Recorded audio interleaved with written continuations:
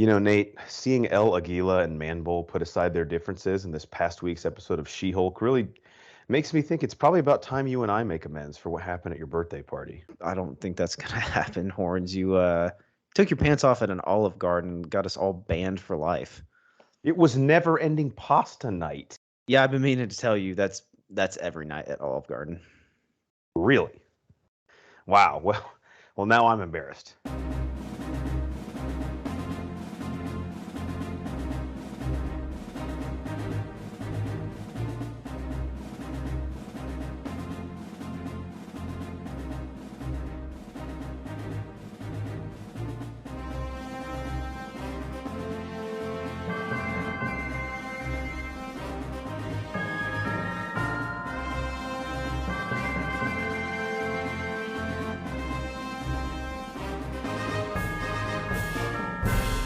Welcome in to the Bro 4 Squad podcast, where we are just a bunch of bros drinking beer and watching TV and movies. I'm your host, the Mayor, Jeff Hornacek, and this is our review of She-Hulk Attorney at Law, Episode 7, titled The Retreat. I am joined by the American hero Nate Thurman to review this TV episode, as we do all of our television episodes, using the Bro 4 Squad criteria, which is the acting and cast, the story, our favorite scene, and then any theories and questions going forward. All right, Nate, episode 7, 2 episodes left after this. Sort of a, this show is episodic. It's not serialized, I feel like. There's really no running narrative. We get a few characters returning. We get some pretty ridiculous newcomers. What do you think of the acting cast in episode 7? Yeah, I don't even really have too much to say on like the newcomers. They were just like, whatever. They're like they're just like caricatures. The Man-Bull and El Agualo or whatever his name was, like and the porcupine guy. Yeah, the porcupine guy. That was like weird. Like whatever. They were just secondary characters that were just kind of in the show. Emil Blonsky's character continues to disappoint. We may get into this more in story and plot, but he's just so weird. And I don't know, maybe at the end of the day there's a facade, but just not liking the performance there. But the one saving grace, I actually do like Tatiana Maslany's portrayal of Jen Walters. I think she's doing great. I think she's having fun with it.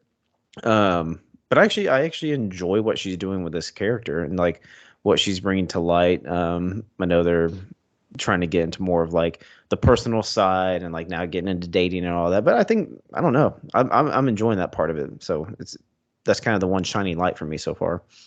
Yeah, and this is sort of an aside, but I think IMDb, and I know we utilize it a lot and it is a good tool, I think, but it's kind of full of shit because was Ginger Gonzaga in this episode as Nikki? Because I don't remember her at all. Okay. Yeah, she was in there shortly. They were like in her office talking briefly, but it wasn't that long. And then Justin Eaton, who played Thunderball, I guess he was just in like one of the flashback scenes really briefly of when the Wrecking Crew attacked Jen. Yeah. Okay. Yeah, that must have been it. I was just looking at the cast list trying to remember like when did these people specifically show up. But I have a theory on Blonsky coming up later. I loved Tim Roth as an actor. When I heard he was coming back in this role, I was ecstatic. Yeah. But I think we've talked sort of ad nauseum about it. It is not the same role. So night and day. Yeah, I have a few theories on that, and I'm worried none of them will be correct, and this will just end up being another weird character departure that they did with it. But yeah, so far that's where we're at. I totally agree about Maslany. I think she was very well cast in this role. I wish that we had kind of more direction on what her character was or what they're trying to do with her, because it seems like it's not even a one step forward, 2 steps back situation. They just keep taking steps in different directions. It's just like branching out on like a huge tree, and it's just like going all over the place, and you don't really know what's happening.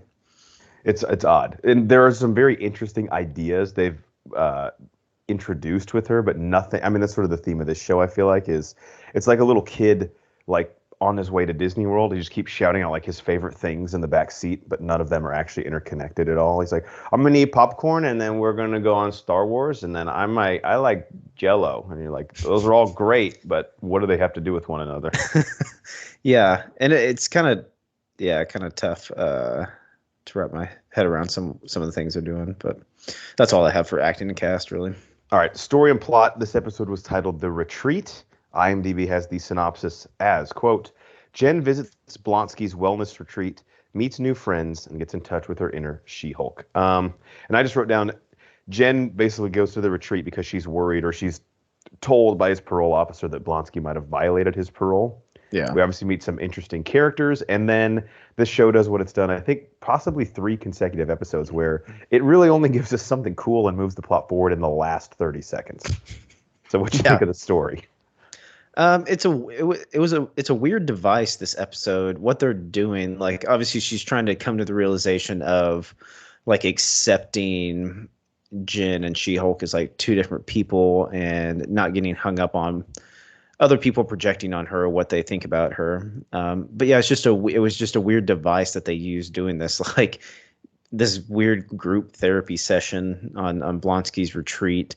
And yeah, there wasn't much moving forward, really. I mean, yeah, okay, she came to some clarity, some realization, but and they brought Blonsky back, which was cool, but and like I said, I'm still hanging on that maybe it's a facade and he's going to be behind something, but yeah, it just seems like it's one off, and like this may be the last time we see Blonsky, and he has nothing to do with anything else in the plot.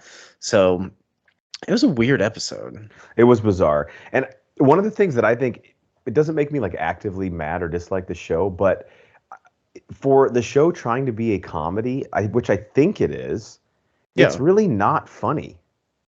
You know, like are we supposed to be laughing just because Man Bull is such an obscure looking character? Because if I'm watching an MCU property at this point, like that, like the novelty of this guy is half bull, half human, I mean, that wore off by the second Thor. Like, you can't use that as a comedic device anymore. That'd be like a guy watches Lord of the Rings and you're like, get it? This dude's a dwarf. It's like, I know I'm watching Lord of the Rings. I'm like fully prepared for that.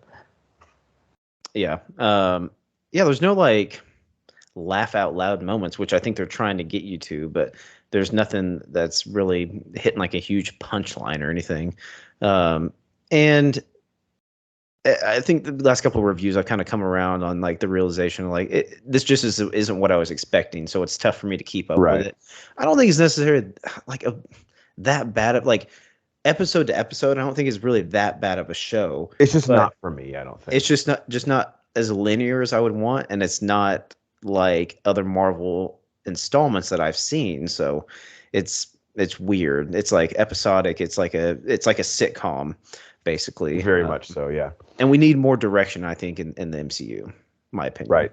The only other thing I'll say, and again, I might have some ideas and theories or questions that might just be Hail Marys at this point, but based on what they've done with the character of Blonsky, did they even need to make that character Emil Blonsky? Like, it could have just been any nondescript villain, even a new one we haven't met yet.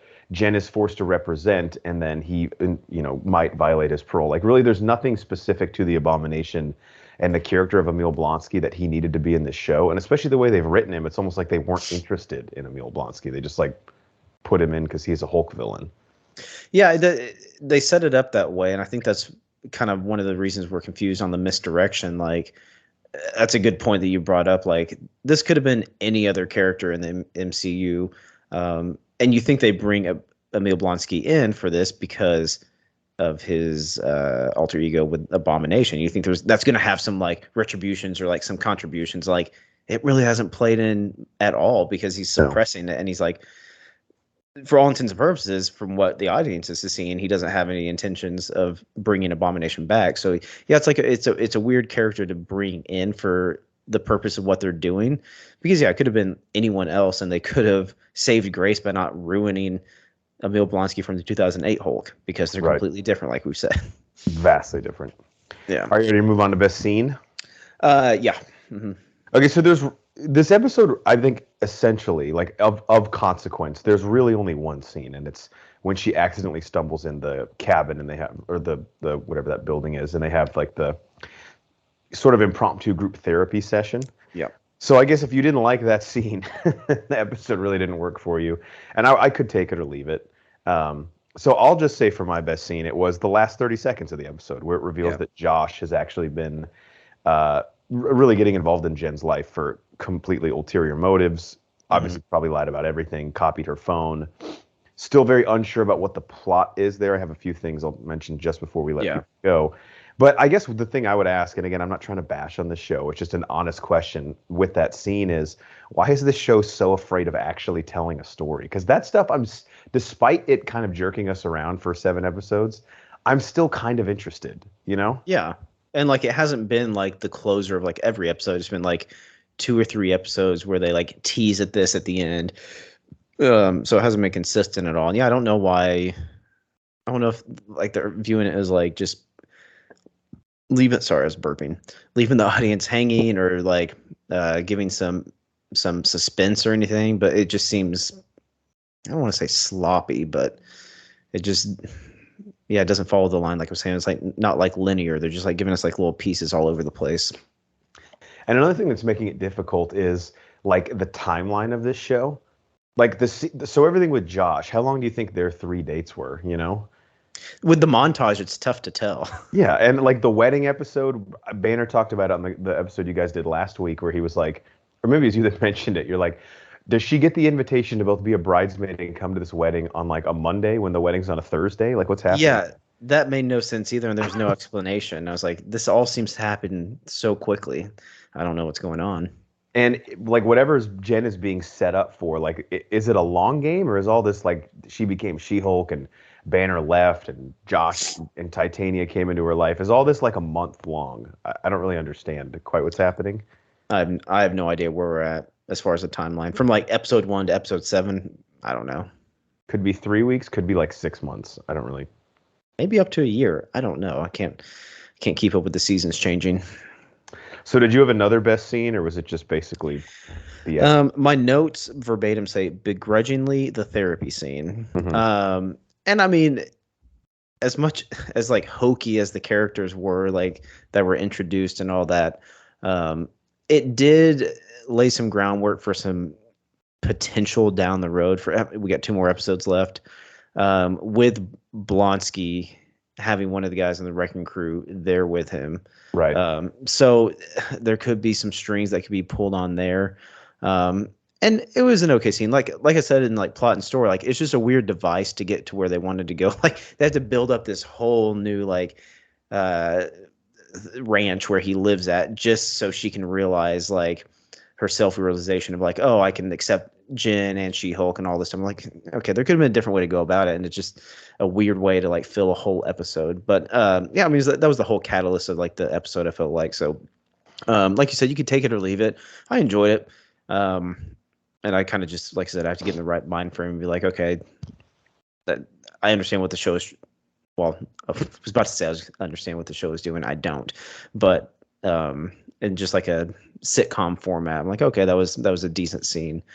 And like I said, it was like the whole catalyst of the whole episode. So that one stuck out to me. Yeah, the episode definitely felt like that was its crescendo, whether we agree or not. Yeah. All right, on to theories and questions. Let me just kick it off. I don't have much here. Yeah, so what, forgetting about who it is for a second, because I have some not too crazy theories, but what does our villain actually want with Jins Blood? Like, what do you think they're trying to do? And it probably depends largely on who the main antagonist is, who's sending Josh and the wrecking crew after her to get her. But like, what do you think the goal is behind this? I would imagine to kind of make more Hulks or make more Abomination type monsters or characters or whatever. So trying to potentially build up an army of supervillains with Hulk powers is kind of what I've been thinking the whole time. Okay. Tying into that, just because my theory is sort of an answer to that question. Yeah. I think it's not that crazy of a guess to say that Blonsky is somehow involved. Mm-hmm. He could be working for someone like Allegra de Fontaine or maybe even like Kingpin or someone to do something with Jen, whether it's capture her or send these people after her to get her blood. To me, the whole ankle monitor thing just felt very suspicious. Like, and maybe it's just because the Blonsky we know from the Incredible Hulk is very nefarious and always has ulterior motives behind everything. But like him getting Jen out to the ranch and his ankle monitor, oh, whoops, my ankle monitor fucked up. Like, I don't know, it just felt, I didn't trust it. it seemed a little weird because like it was a simple fix for the ankle monitor. It wasn't like a huge deal. He wasn't trying to escape or anything. He was still there. He was still under house arrest. And then her car gets incapacitated, you know. Yeah. Yeah, there's a lot of things pointing to that still. And like I was saying, like in the therapy scene, like having one of the wrecking crew guys there, I'm like, okay, there's kind of a connection there. So I think there's still someone above Blonsky's head pulling the strings, whether it's Madam Hydra or someone else. But yeah, I'm still 100% on board saying that he's got some hand in the pot for this. And he's just been acting too weird. Mm-hmm. And maybe I'm hoping that he is working for someone, and like you said, he's still Emil Blonsky, and this was all just sort of a facade he put on to get what he wanted, because he can't be a Skrull because we've already seen him turn into the Abomination. Mm-hmm. So the Skrull wouldn't have his powers. So I'm sort of at a loss. I hope that's the case, and it would be like, okay, yeah, pretty obvious show, but I think I just sort of need that right now. I need the show to just take the base hit to right field. Yes. Not try and jerk one out of the stadium, because at this point we just need to get on base with this thing. Yeah, just play it safe. But yeah, that was one of my things I had written down. Blonsky still behind getting Jins Blood somehow. Yeah. So what else you got?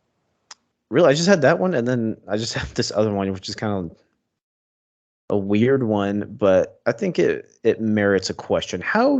Okay, so at the very last scene, Josh sends a text, like the blood in the syringe emoji, green whatever emoji, and he takes a picture of her. How did he get her blood? Is it like on his dick, or like what's going on there? I was wondering. I don't think too. He could stick a syringe in her without her knowing.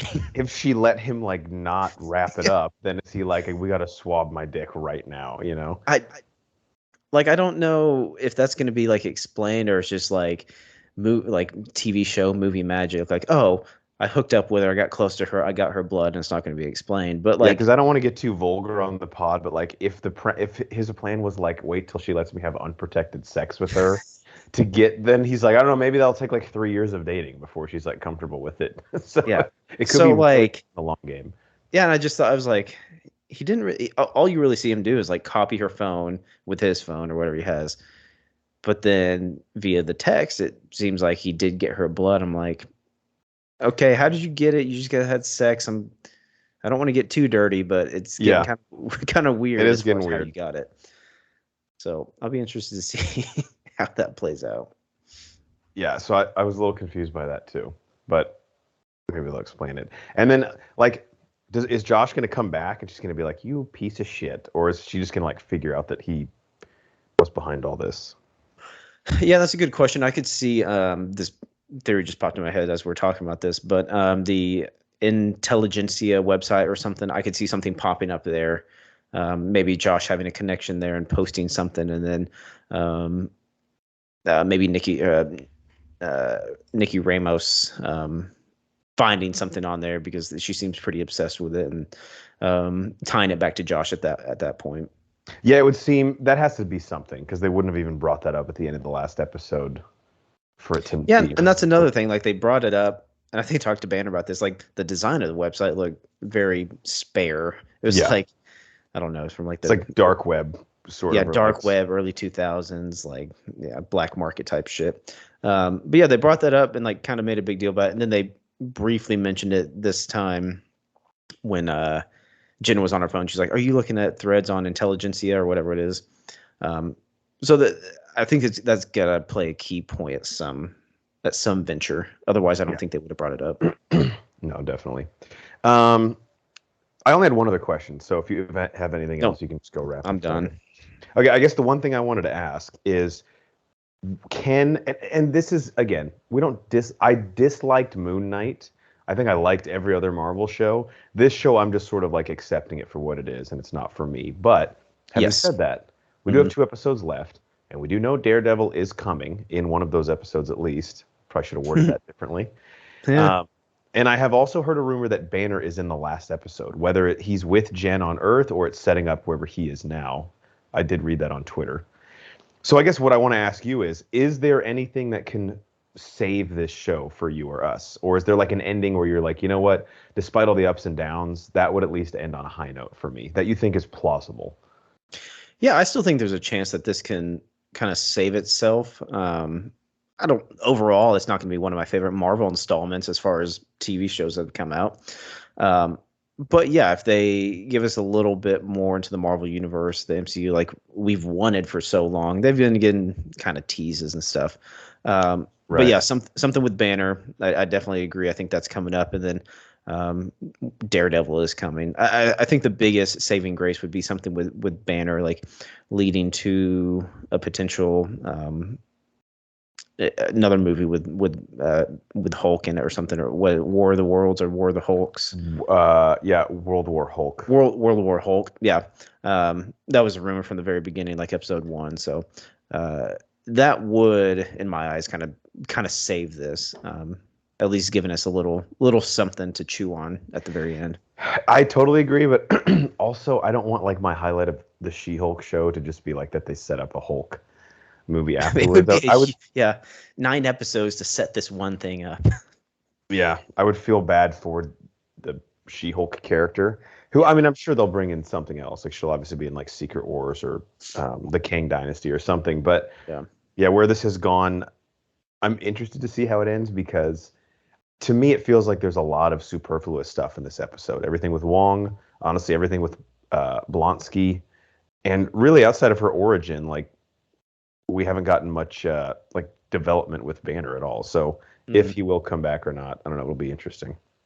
Honestly, I've completely forgot about Wong being in this by this point, since each episode is something different. Yeah, and then again with Wong, it was like, I know Wong's always been comedic relief, but like, who the fuck is this guy? It's like ridiculous. Yeah, going to a new level with Tiffany. Is that her name? Madison. It's spelled with a Y, but it's not the place you think.